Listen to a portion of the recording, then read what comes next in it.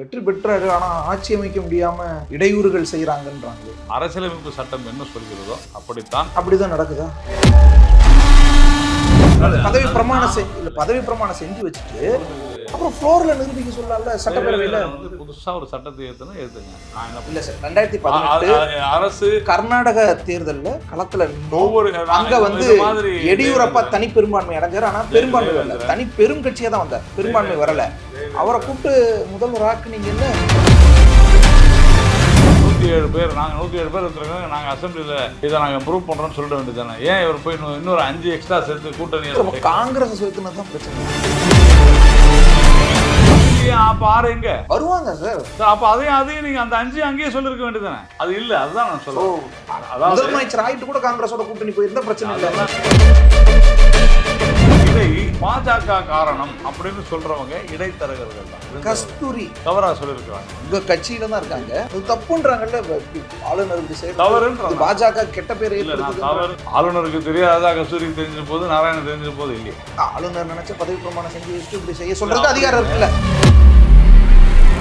திமுகவுக்கு பதிலா பாஜகவை ஒரு கொள்கை எதிரி அப்படின்னு பிரகடனப்படுத்திக்கிட்டு வந்து இப்ப 108 ஜெயிச்சிருக்கிற தாவேக ரீப்ளேஸ் ஆகுது. எப்படி பார்த்தாலும் அது உங்களுக்கு நஷ்டம் தானே. இந்த தேர்தலானது திராவிட முன்னேற்ற கழக ஆட்சியை தூக்கி எறிய வேண்டும். பாஜக அதிமுகவை எதிர்த்து நடந்த தேர்தல், அவங்க வந்துடக்கூடாதுன்னு தெளிவா வாக்களிச்சிருக்காங்க. திருமாவளவன் சொல்றாரு, நாங்க தாவேகாவை எதிர்க்கல, நாங்க விஜயை எதிர்க்கல, நாங்க பாஜக அதிமுக வந்துடக்கூடாதுன்னு நினைச்சோம். மேண்டேட் அப்படி வந்திருக்குது. திமுக விட்டுட்டு அவங்கள்ட்ட வாங்கின காசை மறைக்கிறதுக்கு, அவங்களோட சண்டை போட்டு வெளியே வர்றதுக்கு பிஜேபியை குறை சொல்லி மறைச்சி திட்டமிட்டு உள்நோக்கத்தோடு செயல்படுறது. திமுக விட்டு இவங்களால ஏன் வர முடியல? காசு வாங்கிட்டாங்க. எஜமான விசுவாசம். காங்கிரஸால எப்படி வர முடியும்? ப்ரூவ் பண்ணிட்டாங்கன்னா சார், ஆட்சி தாவேகா காங்கிரஸ் கூட்டணி அரசு அமைது. காங்கிரஸ் முத்து பாரத்ன்னு இருந்தீங்க, கேரளா தமிழ்நாடுன்னு புதுசா வருது இல்ல. மறுபடியும் கம்யூனிஸ்ட் காலி ஆகிட்டாங்க, காங்கிரஸ் வந்துட்டாங்க. எப்படி பார்த்தாலும் இந்தியா பிளாக் தான். சம்மர் வந்தாச்சு. What's your plan for this holiday? எங்க கிட்ட விட்டுருங்க, நாங்க பாத்துக்கிறோம். VGT holidays. GT holidays, South India's #1 travel brand. BCA Cyber Security, AI and ML, BBA Digital Marketing, FinTech and Digital Banking போன்ற Industry 4.0 courses ஜாயின் பண்ண JNN College of Arts and Science, Redis, Chennai. ஹைஷரி K Ganesh வழங்கும் விக்னேஷ் ராஜா இயக்கத்தில் தனுஷ் நடிக்கும் கர வெற்றி நடை போடுகிறது. உலக தமிழர்கள் அனைவருக்கும் வணக்கம். இன்றைய சிறப்பு நேர்காணலில் நம்மோடு இருக்கக்கூடியவர் பாரதிய ஜனதா கட்சியினுடைய நாராயணன் திருப்பதி. வணக்கம் சார். வணக்கம். தாவேகா மிகப்பெரிய வெற்றி அடைஞ்சு இன்னைக்கு 108 தொகுதிகளில் வென்றிருக்கு. எதிர்த்து நின்ற கட்சிகள் எல்லாம் அவர்களுக்கு முன்னாடி நிற்க முடியல. வாக்கு சதவீதத்தின் அடிப்படையிலையும் எம்எல்ஏக்கள் பலத்தினுடைய அடிப்படையிலையும் ஒரு திமுக ஆட்சிக்கு மாற்றா என்டிஏ தான் ஆட்சி அமைக்கும்னு சொல்லிட்டு இருந்தீங்க, ஆனால் நடக்காமல் போயிடுச்சு. அதுதான் ஜனநாயகத்தின் விளையாட்டு. ஜனநாயகத்தில் நாம் மக்கள் எதை சொன்னாலும் எதை செய்தாலும் நம்ம ஏற்றுக்கொள்ள வேண்டியது நம்முடைய கடமை. அதனால் உறுதியாக தாவேகா ஒரு மிகச்சிறந்த வெற்றியை பெற்றிருக்கிறது. மக்கள் அதற்கு வாக்களித்திருக்கிறார்கள். ஒரு ஜனநாயக ரீதியில் மிக சிறப்பாக நடைபெற்ற ஒரு தேர்தல். நமக்கு அதில் எந்த விதமான ஐயப்பாடும் குழப்பமும் இல்லை. அவர்களுக்கு நம்முடைய பாராட்டுகளும் வாழ்த்துகளும். ஒரு முதல் முயற்சியாக இத்தனை பேர் அந்த 108 இடங்களில் வெற்றி பெற்றிருப்பது என்பது உண்மையிலேயே ஒரு வியக்கத்தகுந்த ஒரு அற்புதமான வெற்றி தான். அதில் ஒன்றும் மாற்று கருத்து இல்லை. வெற்றி பெற்றாரு, ஆனால் ஆட்சி அமைக்க முடியாமல் இடையூறுகள் செய்கிறாங்கன்றாங்களே. இல்லை, இடையூறு செய்வதாக யார் சொல்வது? இதுவரையிலும் தாவேகா சொன்னதாக எனக்கு தெரியவில்லை. ஒன்று, இதில் யார் சொல்கிறாங்கன்னா, இதில் இடைத்தரகர்களாக இது நாள் வரையிலும் தமிழ்நாட்டில் அரசியல் களத்தில் செயல்பட்டு கொண்டிருந்த சில அடிமைகள் போன்று பேசுகிறார்கள் என்பதுதான் நான் கருதுகிறேன். ஒரு தேர்தலில் நிற்பதற்கு கூட காசு வாங்கி கொண்டு பணம் பெற்றுக்கொண்டு நிற்பவர்களும் அடிமைகளாகவே கடைசி வரையில் கட்சியை ஓட்டி கொண்டிருப்பவர்களும் தான் அப்படி சொல்கிறார்கள். ஆனால் அவர்கள் சொல்வதையெல்லாம் நாம் பொருட்படுத்த வேண்டிய அவசியமில்லை.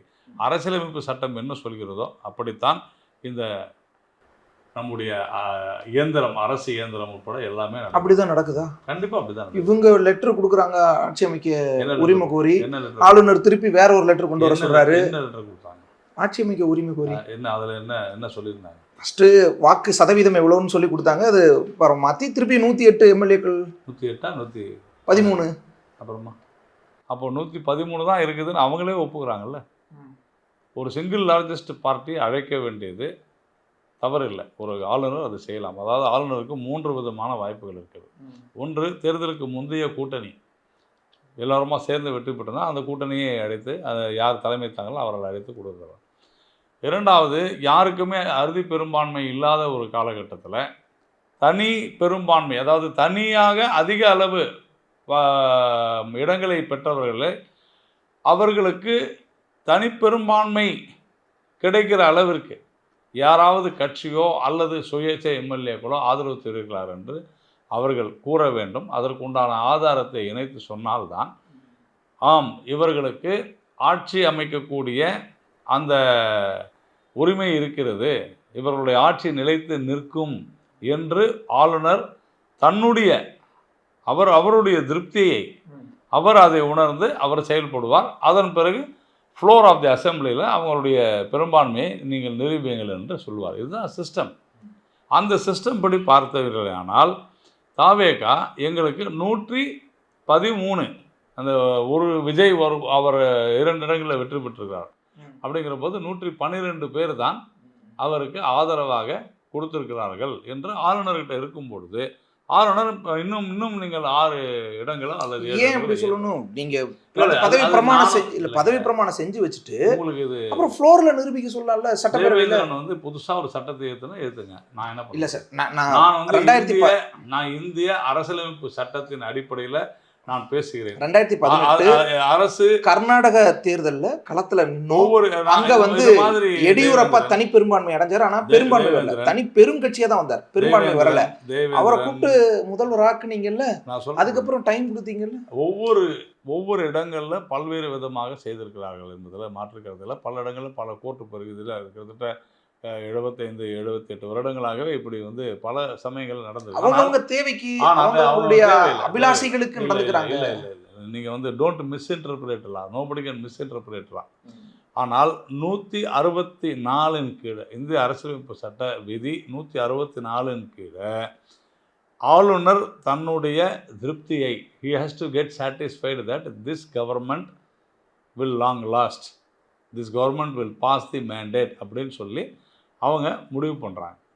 அதுக்கு அவருக்கு உண்டான அதிகாரம் அவருக்கு இருக்குது. கபில் சிபல் ஆனால் நான் தான் சொல்கிறேன்ல, ஒவ்வொருத்தரும் ஒரு விதமாக சொல்லுவாங்கன்னு நான் சொல்கிறேன். ஆனால் இதில் நான் என்ன கேட்குறேன், ஒருவேளை நீங்கள் சொல்கிறபடி வச்சு அப்போ விஜய் அவர்கள் 107 பேர் நாங்கள் 107 பேர் எடுத்துருக்காங்க, நாங்கள் அசம்பிளியில் இதை நாங்கள் இம்ப்ரூவ் பண்ணுறோன்னு சொல்லிட வேண்டியது தானே. ஏன் இவர் போய் இன்னொரு 5 எக்ஸ்ட்ரா சேர்த்து கூட்டணி காங்கிரஸ் சேர்த்துனது தான் பிரச்சனையா தெரியலங்க. நான் காங்கிரஸ்னே சொல்ல, நீங்கள் தான் காங்கிரஸ் சொன்னீங்க, நான் சொல்ல. அந்த 5 வேற யாரு இப்போ மீதியே அப்போ 6 எங்க வருவாங்க சார்? சார் அப்போ அதையும் நீங்கள் அந்த 5 அங்கேயே சொல்லியிருக்க வேண்டியதானே. அது இல்லை, அதுதான் நான் சொல்லுவேன்.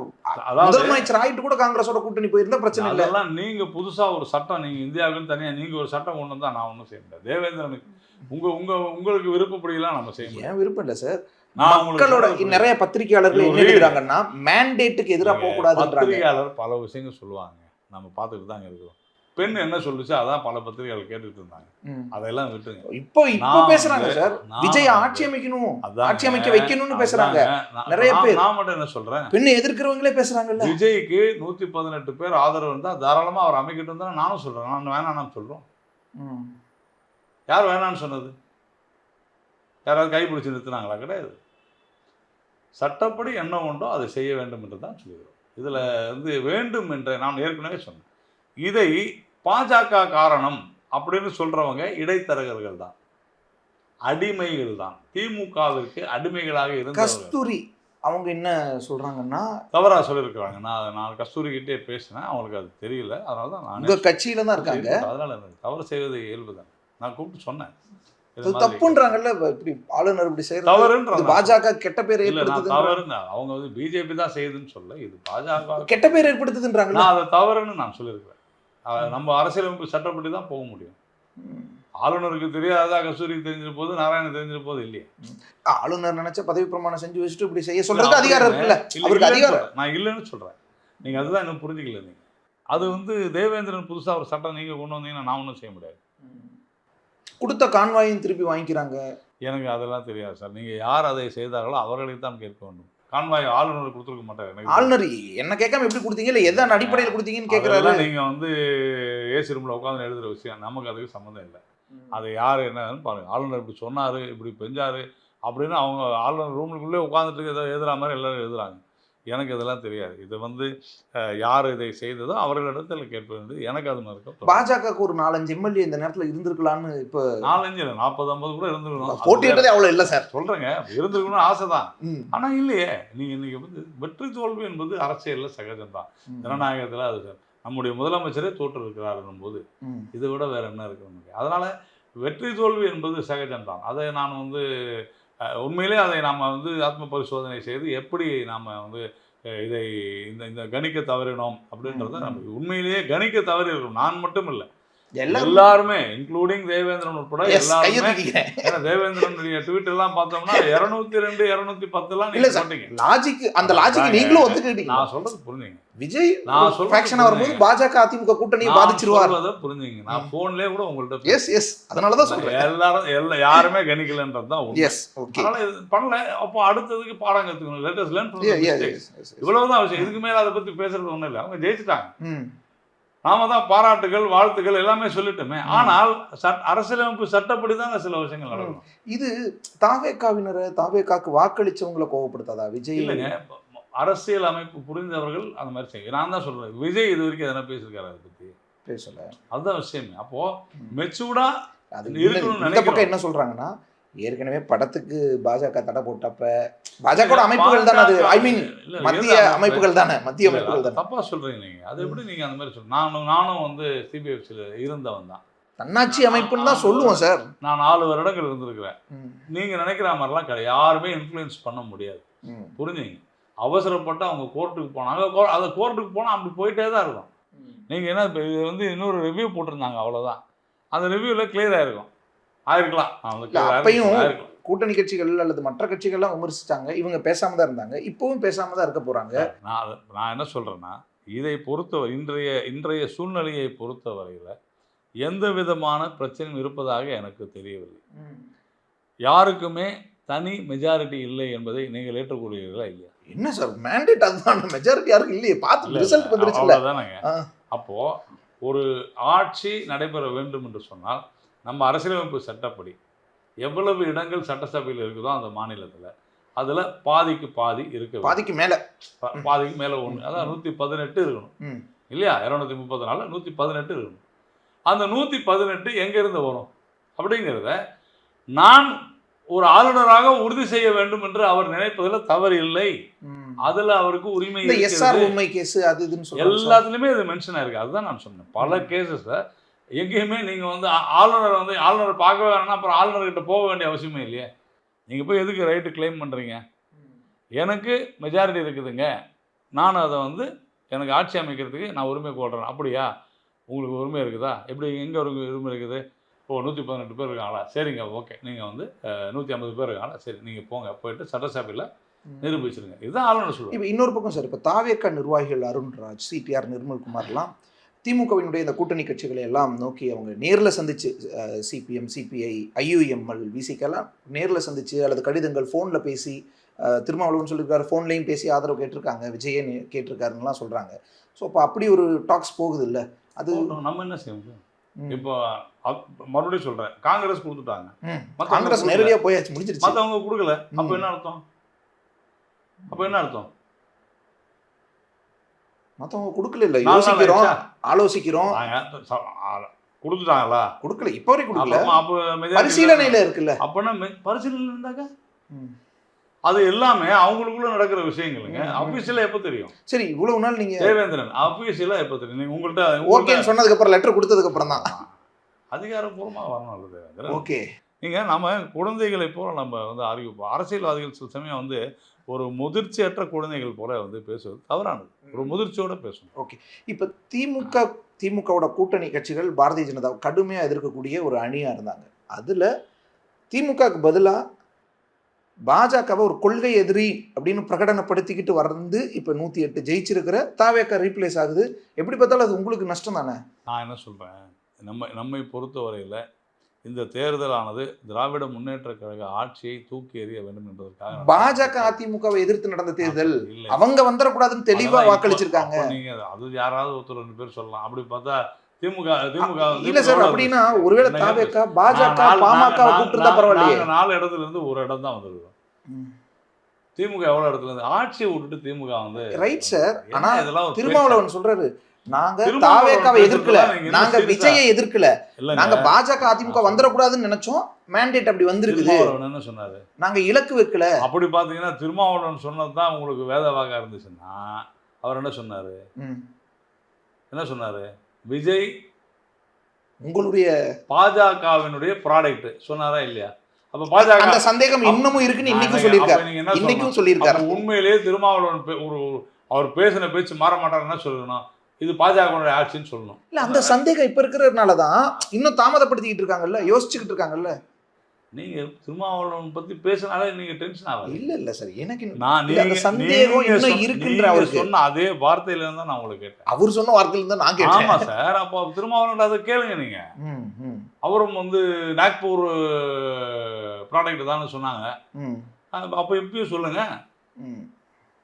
அப்போ இன்னைக்கு உங்களுக்கு திமுக விட்டுட்டு அவங்கள்ட்ட வாங்கின காசை வந்து மறைக்கிறதுக்கு, அவங்களோட சண்டை போட்டு வெளியே வர்றதுக்கு பிஜேபியை குறை சொல்லி மறைச்சி திட்டமிட்டு உள்நோக்கத்தோடு செயல்படுறீங்க.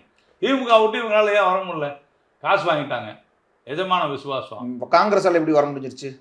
அவங்க சார், ஒரு கட்சியினுடைய தலைவனை கொன்ற குற்றத்திற்காக சிறைக்கு சென்ற ஒருவனை ஆரத்தழுவி வரவேற்ற போது கூடவே இருந்த ஒரு கட்சியை போய் அது ஒரு கட்சின்னு சொல்றீங்க.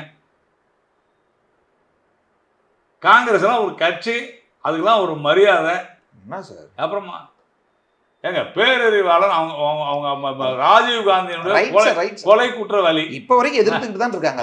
என்ன எதிர்த்தாங்க? எதிர்க்கதான். எப்போ வந்து எதிர்த்தாங்க? இப்போ ஒரு 4 நாள் முன்னாடி பேரறிவாளன் அட்வொகேட் ஆன பிறகு அன்னைக்கு யாரு அன்னைக்கு நீங்க என்ன பண்றீங்க? நான் ஒரு நிமிஷம், நான் அன்னைக்கு என்ன பண்றேன்னா, உங்க ஆட்சியும் வேணாம், இது உங்களுடைய இதுவும் தேவையில்லை, நாங்க வெளியே வரணும், கூட்டணி ஏன் வெளியே வரல? நீ சரி, நான் என்ன கேட்கிறேன், பாலியல் குற்றங்கள் நீட்டை எதிர்த்துக்கிட்டே அதிமுக உங்க கூட கூட்டணியில இருந்துச்சு தானே, நீங்களும் அவங்க கூட கூட்டணியில இருந்தீங்க தானே. அந்த மாதிரிதான் சார், சில விஷயங்கள்ல எதிர்ப்பு, சில விஷயங்கள்ல சமரசம், அப்படி இருக்காங்க எல்லா பக்கமும். விஜய் வந்து நேற்று வரைக்கும் பிஜேபி இருந்தா பரவாயில்ல, இன்னைக்கு காங்கிரஸ் வந்துருச்சுல, இன்னைக்கு வந்து காங்கிரஸ் வந்துருச்சுல, காங்கிரஸ் பிஜேபி ஆனா பரவாயில்லன்றீங்களா? காங்கிரஸ் வந்துருச்சா ஒரு நம்பிக்கை வரும்ல. நான் காங்கிரஸ் வந்தா யாருக்குமே நம்பிக்கை இல்லையே. காங்கிரஸ் மேல யாருக்கு நம்பிக்கை இருக்குது? விஜய்க்கு நம்பிக்கை இருக்கு, திமுகவுக்கு நம்பிக்கை இல்ல, யாருக்குமே நம்பிக்கை இல்ல. விஜய்க்கு நம்பிக்கை, அவருடைய விருப்பம், அவர் வந்து ஒரு ஆதரவு எடுக்கிறது பத்தில நான் அதுக்குள்ள போக விரும்பல, அதுதான் நான் சொன்னேன். இப்போ நான் என்ன கேட்கிறேன், இவ்வளவு பேசுகிற திருமாவளவனும் கம்யூனிஸ்டுகளோ ஏன் இன்ன வரைக்கும் ஆதரவு கொடுக்கல? நீங்க பாட்டு கொடுத்துட்டு போயிருங்களேன். ஏன் கொடுக்கணும்? நாங்க ஒரு கூட்டணியில இருந்து ஜெயிச்சு வந்திருக்கோம், நாங்க இப்ப யோசிப்போம்ல. கரெக்டா? நாங்க துரோகப்பட்ட நாங்க வாங்கிட கூடாதுல்ல. கரெக்ட் தானே? ரைட். நீங்க அந்த ஸ்டாண்ட் தானே எடுக்கிறீங்க. அப்படின்னா நீங்க அவருடைய 118 எம்எல்ஏ எங்கள்ட்ட இருக்காங்கன்றதை அவங்க ப்ரூவ் பண்ணணும். அது வரைக்கும் வெயிட் பண்ணணும். வெயிட் பண்ணி தான் ரைட். இப்போ ப்ரூவ் பண்ணிட்டாங்கன்னா சார், ஆட்சி தாவேகா காங்கிரஸ் கூட்டணி அரசு அமையுது. ஏன்னா அவங்க அந்த கண்டிஷன்ஸ்ல அதுவும் ஸ்லைட்டா மென்ஷன் ஆயிருக்கு. ஒருவேளை காங்கிரஸ் முத்து பாரத்ன்னு இருந்தீங்க, இப்போ கேரளா தமிழ்நாடுன்னு புதுசா வருது இல்ல, மறுபடி கேரளா கம்யூனிஸ்ட் காலி ஆயிட்டாங்க, காங்கிரஸ் வந்துட்டாங்க. எப்படி பார்த்தாலும் இந்தியா பிளாக் தான். உங்களுக்கு அஸ்ஸாம்ல காங்கிரஸ் வந்து வேரோடைய மண்ணோடும் பிடுங்கி எறியப்பட்டது. 19-20 எம்எல்ஏ ஜெயிச்சிருக்காங்க. எத்தனை பேர் தெரியுமா? மத ரீதியா வந்திருக்காங்க, மதவாத கட்சி அப்படின்னு சொல்ற அளவு வந்திருக்காங்க தெரியுமா? மேற்கு வங்காளம் ஒரு முஸ்லீம் எம்பி கூட இல்லாத கட்சி, அப்படி ஒரு குற்றச்சாட்டு வைக்கலாமா? நான் எங்கள்கிட்ட வரல, ஆனால் நாங்க ஆள் இல்லைங்க. உண்மை அதுதாங்க. வேலூர் இப்ராஹிம்ல வரல சார். நாங்க முழு 234 தொகுதி கொடுத்துருப்போம் சீட்டு, அதுதான் உண்மை. என்ன நான் என்ன கேட்குறேன், அஸ்ஸாமில் என்ன ஆச்சு, பாண்டிச்சேரியில் என்ன ஆச்சு? காங்கிரஸ் முக்து பாரத் நடந்துக்கிட்டு தான் இருக்குது உறுதியா. வெஸ்ட் பெங்கால் என்ன ரிசைன் கூட பண்ண மாட்டாங்க. அதுவும் குழந்தைத்தனம் தான். இங்கே திருமாவளவனும் கம்யூனிஸ்ட் சொல்கிற மாதிரி அங்கே அவங்க சொல்லிட்டு இருக்கிறாங்க, அவ்வளோதான். ஆட்டோமேட்டிக்கலி இட் சீஸ் டு, அவ்வளோதான், ஆட்டோமேட்டிக்காக போயிடும். முடியாது, நான் தான் சிஎம் பண்ணுறாங்கல்ல சார், அது குழந்தைத்தனம், அவ்வளோதான். சார் எவ்வளோ வருஷமா சிஎம் அவங்களுக்கு தெரியாதா? அவ்வளோ வருஷமா இருந்தவங்களுக்கு கூட அரசியலமைப்பு சட்டம் தெரியலன்னா நம்ம என்ன செய்யணும்? நிறைய வேண்டலைஸ் எல்லாம் நடக்குது. பாஜக ஜெயிச்சிட்டா இப்படி பண்ணலாமா? சுதந்திர அதிகாரியினுடைய பிஏவன் அது Short கொலை date. பண்ணிருக்காங்க. அப்புறம் அதை யாரும் பேச மாட்டேன்றீங்க. இல்ல சார், ரெண்டு அதான் இப்படி ஒரு விஷயங்கள் நடக்குது. மேற்கு வங்காளத்துல போன முறை 100 பேருக்கு மேல எங்க பாஜக சேர்ந்தவர்கள் கொல்லப்பட்டார்கள் தேர்தலுக்கு பிறகு. அதுக்கு பழிக்கு பழியா அப்படி சொல்லலாமா? அது நல்லா இருக்குமா? அந்த மாதிரிலாம் ஒன்றும் நடக்கலைங்க. இன்னைக்கு நடக்கிறதெல்லாம் பிஜேபி காரர் தான் பண்றாங்க. உங்களுக்கு எப்படி யார் சொன்னது? பிஜேபி குடியோட போறாங்க, பிஜேபி திரிணாமுல் காங்கிரஸ் அலுவலகத்தை அடிக்கிறாங்க. திரிணாமுல் காங்கிரஸ்காரோட போய் எதனா பண்ணிருப்பாங்க. ஒரு வினைக்கு எதிர்வினையா அவங்க ஆட்டிருப்பாங்க, இருக்கலாம். பிஜேபியினர் அப்படிலாம் யாருமே செய்ய மாட்டாங்க. என்னை பொறுத்தவரையில் அங்கு ரவுடிசமும் இது போன்ற பிரச்சனை பண்ணுவது திரிணாமுல் காங்கிரஸ். இங்கேயுமே சார் இப்போ ஒரு குழப்பம் எப்படி போயிட்டு இருக்குன்னா, அதிமுக தாவேக கூட்டணி ஆட்சி அமைக்கிறதுக்கு பாஜக முயற்சிச்சுட்டு இருக்கு, பின்னாடி இருந்து கொஞ்சம் வேலை செய்யறாங்க. அப்படி ஒரு ஸ்பெகுலேஷன்ஸ் சொல்றாங்க. எனக்கு இன்னும் தகவல் இருந்தாலும் சொல்லுங்க, நானும் தெரிஞ்சுக்கிறேன். ஓகே, அந்த முயற்சி எல்லாம் பண்ணலையா? நீங்க எனக்கு புதுசா ஒரு திரைக்கதை வசன டைரக்ஷன் ஒன்று செய்றீங்க. நல்லா இருந்துச்சுன்னா அது படமா எடுத்துருவோம். நிறைய பேர் அந்த ஆப்ஷன் நல்ல ஆப்ஷன்றாங்க. ஏன்னா பெரிய ஒரு 140 150 எம்எல்ஏக்களோட இருக்கலாம், ஸ்திரமான ஆட்சி இருந்தா நல்லதுதான். நானும் அதை வரவேற்கிறேன் தான். இப்போ கூட நான் சொல்றேன், தாவேகா சிங்கிள் லார்ஜஸ்ட் பார்ட்டி, அதுக்கு ஆதரவு இருந்துச்சுன்னு சொன்னாங்க, தாராளமா அவங்க ஆட்சி அமைக்கட்டும், நம்ம வரவேற்கிறோம். நன்றி சார், உங்களோட நீங்க பண்றது மிக்க நன்றி. சம்மர் வந்தாச்சு. What's your plan for this holiday? எங்க கிட்ட விட்டுருங்க, நாங்க பாத்துக்கிறோம். VGT holidays. GT Holidays, South India's #1 travel brand. BCA Cyber Security, AI and ML, BBA Digital Marketing, Fintech and Digital Banking போன்ற Industry 4.0 courses join பண்ண JNN College of Arts and Science, Redis, Chennai. ஹைஷரி K Ganesh வழங்கும் விக்னேஷ் ராஜா இயக்கத்தில் தனுஷ் நடிக்கும் கர வெற்றி நடை போடுகிறது.